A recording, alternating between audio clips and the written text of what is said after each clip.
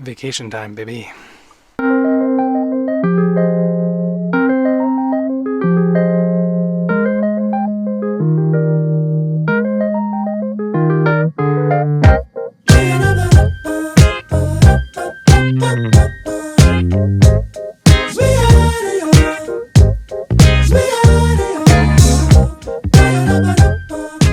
I've heard a quote from Jim Carrey that he shared during one of his speeches at his alma mater.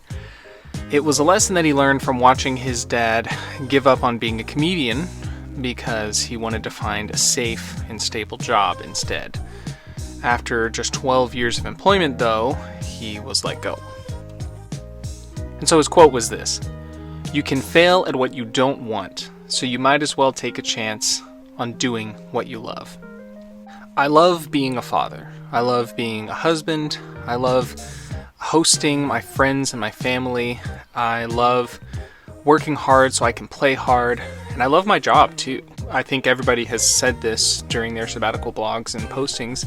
But Chris, thank you so much for providing us with the opportunity both to take a break, take a rest, but also to work on the things that we have going on in our lives.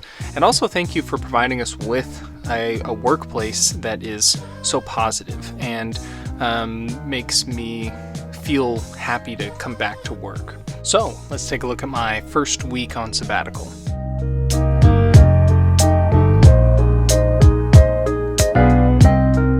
My first sabbatical week, I took my wife and kids down to the Gulf to stay on Galveston Island for around 5 days. And we brought my parents along too. We stopped in Round Rock for Kirby Lane's killer breakfast, and then drove to San Antonio to visit an old friend from college.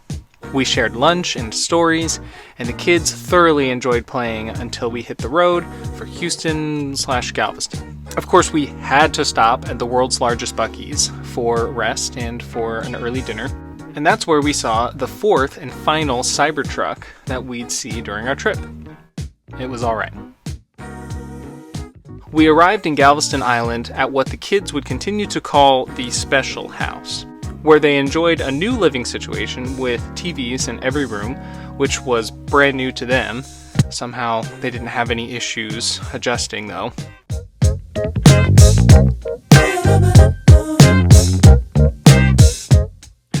After unpacking and staying up late with Grammy and G-Pops, we got some rest before hitting the beach in the morning.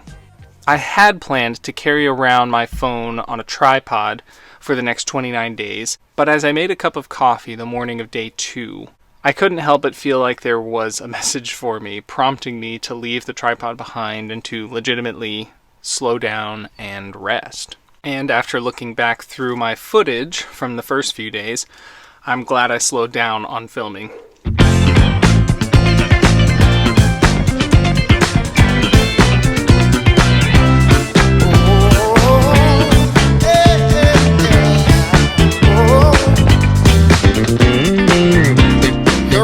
My dad and I visited a kite shop there first thing in the morning.